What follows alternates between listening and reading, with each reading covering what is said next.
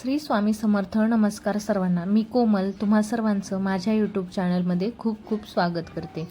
आता होळीच्या दिवशी भगवान श्री विष्णूंनी भक्त प्रल्हादाला श्री नरसिंह रूपात दर्शन दिले होते. दरवर्षी फाल्गुन पौर्णिमा हा दिवस होळी म्हणून साजरा केला जातो. इंग्रजी महिन्यात पाहिलं तर या तारखेमध्ये थोडासा बदल होत असतो, पण मार्च महिन्यात होळी येत असते. यावर्षी 2026मध्ये 2 मार्च वार सोमवार आणि 3 मार्च वार मंगळवार या दिवशी हुताशनी पौर्णिमा आलेली आहे आणि यावर्षी चंद्रग्रहण देखील आलेले आहे. हे चंद्रग्रहण जे आहे ते या वर्षातील पहिले चंद्रग्रहण आहे आणि ते चंद्रग्रहण भारतात सुद्धा दिसणार आहे. त्यामुळे या चंद्रग्रहणाचे जे नियम आहेत ते आपल्याला पाळायचे आहेत.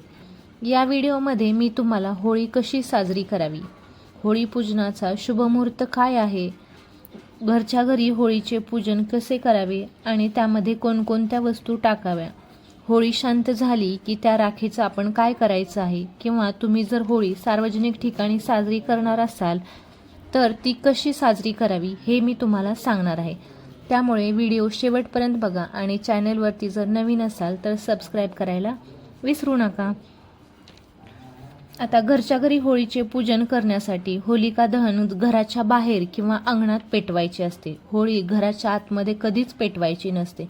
आता तुम्ही जर होळी बाल्कनीतही पेटवू नये, कारण की होळी म्हणजे चांगल्याचा वाईटावर झालेला विजय असतो. आपल्या मागची काही जी इडापिडा आहे, जी काही दरिद्री आहे ती होळीमध्ये जळून खाक व्हावी यासाठी आपण होलिका दहन जे आहे ते करत असतो. मग आपण घरात बाल्कनीत तुम्ही जर होळी पेटवली तर आपले हे सगळे दोष आपल्या घरातच आपण जाळायचे का? म्हणून नेहमी ही होळी जी आहे ती मुख्य प्रवेशद्वाराच्या बाहेर पेटवायची असते. किंवा तुमचं जर अंगण असेल तर तुम्ही अंगणामध्ये देखील होळी पेटवू शकता. आता जर तुम्ही फ्लॅटमध्ये राहत असाल तर लोकांनी काय करायचं आहे, फ्लॅटमध्ये राहणाऱ्या लोकांनी फ्लॅटच्या समोर थोडीशी जी जागा असेल तिथे छोटी होळी प्रज्वलित करायची आहे.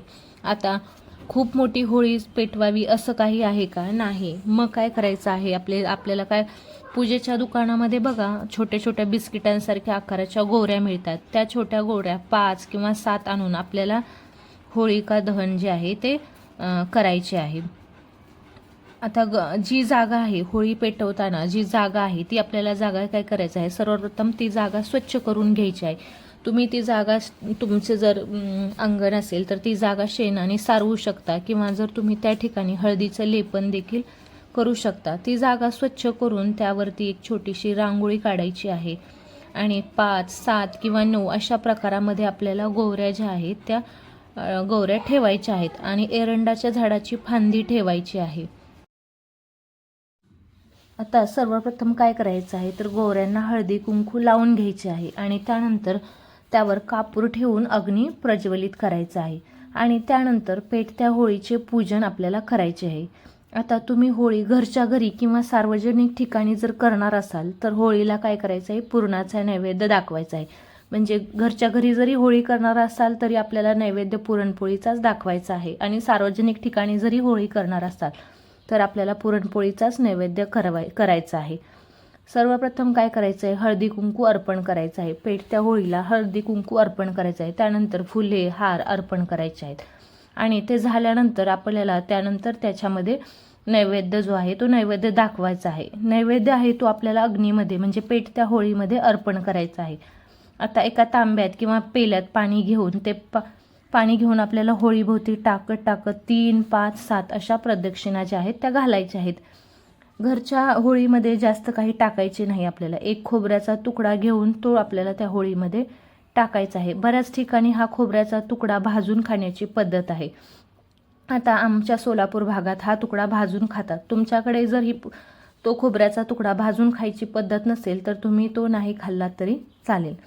घरच्या होळीमध्ये काय करायचं आहे तर मुठभर गहू आणि मुठभर ज्वारी जी आहे ती टाकायची आहे. हे टाकल्याने काय होतं तर वर्षभर घरातील धनधान्यात भरभराट होते असं म्हटलं जातं. दुसऱ्या दिवशी ही राख आपल्याला कचऱ्यात न टाकता वाहत्या पाणी असेल तर वाहत्या पाण्यात सोडायची आहे, किंवा तुम्ही एखादं झाड जर असेल तर त्या झाडाच्या बुंद्याखाली ती राख तुम्ही टाकू शकता. अशा प्रकारे अगदी साध्या पद्धतीने घरच्या घरी होळी साजरी करायची आहे.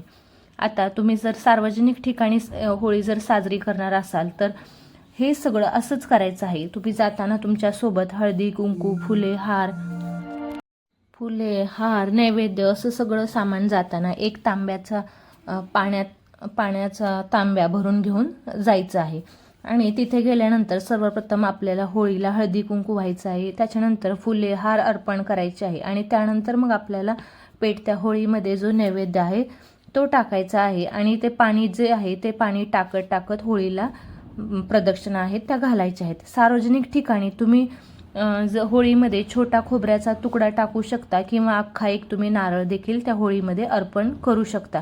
आता घरच्या होळीमध्ये पूर्ण नारळ टाकायचा नाही, पण सार्वजनिक ठिकाणी जर तुम्ही होळी साजरी करणार असाल तर त्यामध्ये तुम्ही नारळ टाकू शकता. आता तुम्ही तुमच्या घरामध्ये कोणी आजारी असेल किंवा तुम्ही स्वतः आजारी असाल, काही उपचार केले तरी उपचार होत नसतील तर एक काळा कपडा घ्यायचा आहे. त्या काळ्या कपड्यामध्ये 5 कवड्या, 5 गोमती चक्र आणि ज्या आपल्याला गोळ्या सुरू आहेत त्यातली एक गोळी टाकायची आहे. आणि त्या काळ्या कपड्याला काळ्या धाग्यानेच बांधून जी आजारी व्यक्ती आहे तिच्यावरून 7 वेळा उतरवायचं आहे आणि ते पेटत्या होळीमध्ये जे आहे ते आपल्याला टाकायचं आहे. आता तुमचा उद्योगधंदा व्यवस्थित चालत नसेल किंवा नवऱ्याची प्रगती व्हावी म्हणून 2 विड्याची पानं जी आहेत ती घ्यायची आहेत आणि ती गाईच्या शुद्ध तुपात भिजवून ही पाने देखील आपल्याला त्या सार्वजनिक ठिकाणच्या पेटत्या होळीमध्ये टाकायची आहेत. आता तिसरा उपाय म्हणजे तुमच्या घरात अशांतता असेल, वास्तुदोष असेल, घरात म्हणजे यश मिळत नसेल तर अशा वेळेला काय करायचं आहे, एक नारळ घ्यायचा आहे आणि मुख्य प्रवेशद्वाराचं दार उघडं ठेवायचं आहे आणि तो नारळ 7 वेळा घरावरून उतरवून तो देखील सार्वजनिक ठिकाणच्या होळीमध्ये, त्या पेटत्या होळीमध्ये टाकायचा आहे. तुम्ही तुमच्या समस्येनुसार हा उपाय करायचा आहे.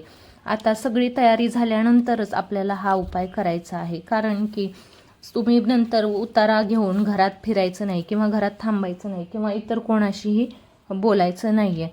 उतारा करून झाल्यानंतर गेल्यानंतर त्या होळीमध्ये ते टाकून लगेचच आपल्या घरी परत यायचं आहे. तेव्हाही कोणाशी बोलायचं नाही. जातानेच दारात पाण्याचा मग किंवा तुम्ही काहीतरी भांडं भरून ठेवू शकता आणि आल्यानंतर हातपाय धुवून मगच घरात यायचं आहे. घरात आल्यानंतर तुम्ही तुमच्या बाथरूममध्ये जाऊन नंतर स्वच्छ हातपाय धुवून मग तुम्ही इतरांशी बोलू शकता. अशा पद्धतीने हे जे उपाय आहेत ते उपाय सार्वजनिक ठिकाणच्या होळीमध्येच आपल्याला करायचे आहेत.